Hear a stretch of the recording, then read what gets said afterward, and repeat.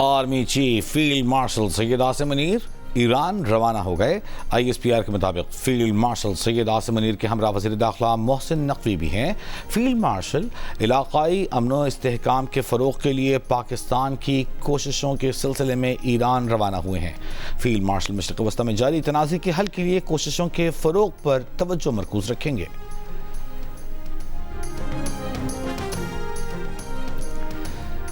وزیر اعظم شہباز شریف سے وزیر اعلیٰ سندھ سید مراد علی شاہ کی ملاقات، صوبہ سندھ کے امور اور جاری ترقیاتی منصوبوں پر گفتگو۔ اعلامیہ کے مطابق ملاقات میں باہمی دلچسپی کے امور اور سیاسی معاملات پر بھی گفتگو ہوئی۔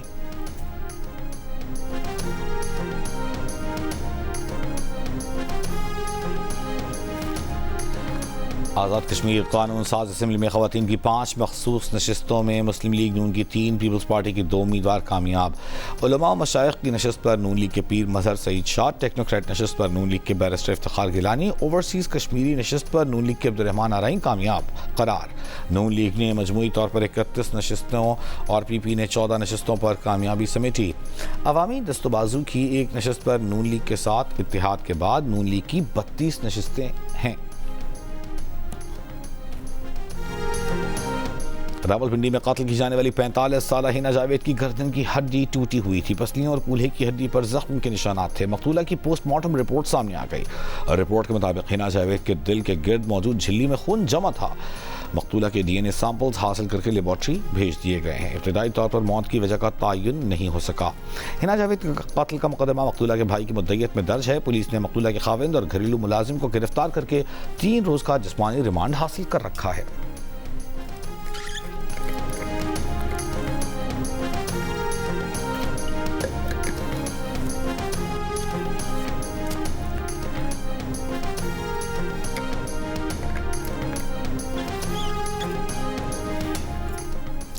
سندھ ہائی کورٹ نے میر رضا کے اہل خانہ کی جوڈیشل کمیشن کے قیام کے خلاف اور JIT تشکیل دینے کی درخواست کی فوری سماعت کی استدعا منظور کر لی۔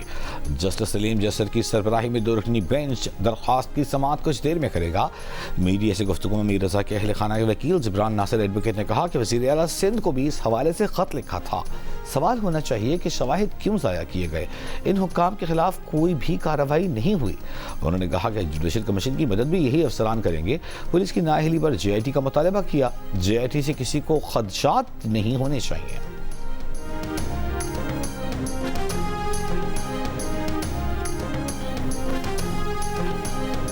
چیئرمین PTI بیرسٹر گوہر نے کہا ہے کہ آج چیف جسٹس پاکستان سے ملاقات کی درخواست کی تھی، ان کی مصروفیت کے باعث ملاقات نہیں ہو سکی۔ ہماری درخواست پر نمبر لگا کر کیس کل کے لیے فکس کیا جائے۔ سپریم کورٹ کے باہر میڈیا سے گفتگو میں بیرسٹر گوہر نے کہا کیا سپریم کورٹ کسی کو اسپتال بھیجنے کا حکم نہیں دے سکتی؟ کیا پہلے لوگ ضیاء الدین اسپتال نہیں گئے؟ بانی کوئی ڈیل نہیں کریں گے، وہ علاج کے علاوہ 1 منٹ بھی اسپتال میں نہیں رہیں گے۔ توہین عدالت کی درخواست میں وزیر داخلہ محسن نقوی کو فریق نہ بنانے کے سوال پر بیرسٹر گوہر نے کہا محسن نقوی سے ملاقاتیں ہوتی رہی ہیں، اس بارے میں نہیں بتایا جا سکتا، ہم سیاست نہیں کرتے۔ بانی PTI کی صحت اہم ہے۔ لطیف کھوسہ بولے وزیر داخلہ کو کوئی کلین چٹ نہیں دی، ان کا عمل دخل ہوتا تو ان کو لازمی مینشن کرتے، اگر عدالت طلب کرنا چاہے تو کر سکتی ہے۔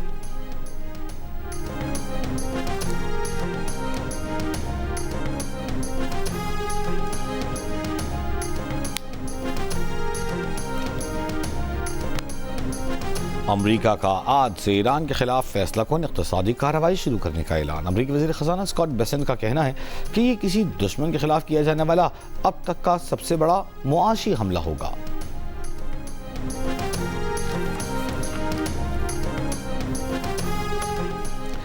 ایرانی نائب وزیر خارجہ کاظم غریب آبادی کا امریکی وزیر خزانہ کو جواب۔ کہا مسٹر بیسنٹ، آپ کا ایرانی فوجی صلاحیت ختم کرنے کا بیان اقتصادی پابندیوں سے میل نہیں کھاتا۔ سب اقدامات کے باوجود ایران کے خلاف تاریخ کا سب سے بڑا مالی حملہ کرنے کی ضرورت کیوں پیش آئی؟ آخر یہ فتح ہے یا امریکہ کی ناکامی کا اعتراف؟ چین کا ایران پر امریکی پابندیوں کے پیش نظر اپنے حقوق کے تحفظ کے عزم کا اظہار، فریقین سے تحمل سے کام لینے پر زور۔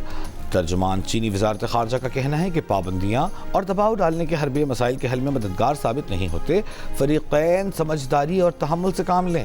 ایران پر نئی امریکی پابندیوں سے متعلق پیش رفت پر گہری نظر رکھنے کے ساتھ اپنے جائز حقوق کے تحفظ کے لیے ضروری اقدامات کریں گے۔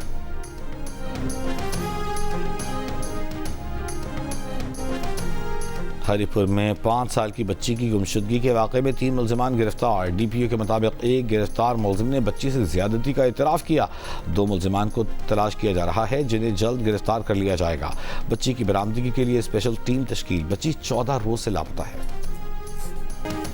غزہ سے اڑنے والی پتنگوں کو جنگی ہتھیار تصور کیا جائے، اسرائیلی وزیر دفاع کی فوج کو ہدایت۔ اسرائیل نے غزہ سے پتنگوں، غباروں اور ڈرونز اسرائیلی حدود کی جانب بھیجے جانے کے دعوے کے بعد حملے تیز کرنے کی دھمکی دے دی۔ اسرائیلی فوج نے تسلیم کیا کہ غزہ سے آنے والی 4 پتنگوں میں کوئی دھماکہ خیز یا مشتبہ مواد نہیں تھا۔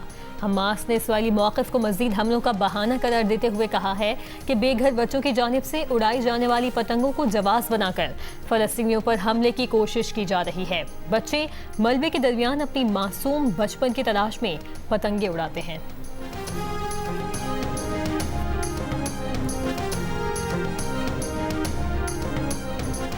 یورپی کمیشن نے یوکرین کی دفاع کے لیے مزید $7.12 ارب مالیت کی امداد کی منظوری دے دی۔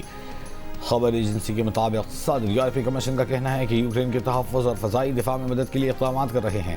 روسی حملوں میں شدت کے پیش نظر یورپ یوکرین کے ساتھ کھڑا ہے۔ یوکرین کو ہر وہ چیز فراہم کریں گی جس کی اسے ضرورت ہے۔ بھارتی بندرگاہ سے روانہ ہونے والے پاناما پرچم بردار کارگو جہاز ڈوب گیا۔ بھارتی حکام کے مطابق جہاز میں 24 افراد سوار تھے، جس میں سے 2 چینی شہریوں کو بچا لیا گیا۔ دیگر باعث کی تلاش جاری۔ حکام کا کہنا ہے کہ لاپتہ افراد میں 18 چینی، 3 میانمار اور 1 بنگلہ دیشی شہری شامل ہے۔ ریسکیو کیے گئے چینی شہریوں کے مطابق 3 روز قبل بندرگاہ سے روانہ ہونے کے بعد جہاز ایک جانب جھکا اور صرف 8 منٹ میں ڈوب گیا۔ اوشن ونر نامی جہاز بھارتی بندرگاہ سے لوہے کی خام دھات لے کر چین جا رہا تھا۔ جہاز بندرگاہ سے تقریباً 240 بحری میل کے فاصلے پر ڈوبا۔ لاپتہ افراد کی تلاش کے لیے بھارتی بحریہ اور کوسٹ گارڈ کا سرچ اینڈ ریسکیو آپریشن جاری۔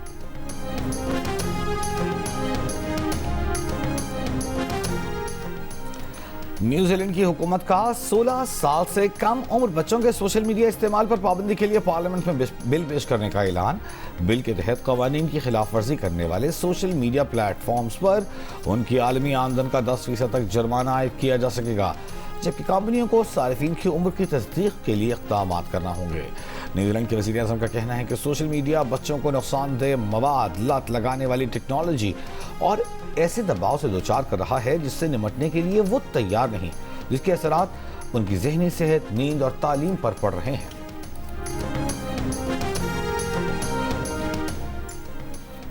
بلال یاسین اور شبنم بلال ٹینس کے کئی ملکوں اور بین الاقوامی مقابلوں میں پاکستان کی نمائندگی کر چکے ہیں۔ اب ان کا بیٹا بھی ان کے نقش قدم پر ہے۔ یہ فیملی اب ایک منفرد اعزاز بھی اپنے نام کر رہی ہے۔ بلال یاسین اور شبنم بلال کا بیٹا بھی اب ایشین گیمز میں پاکستان کی نمائندگی کرے گا۔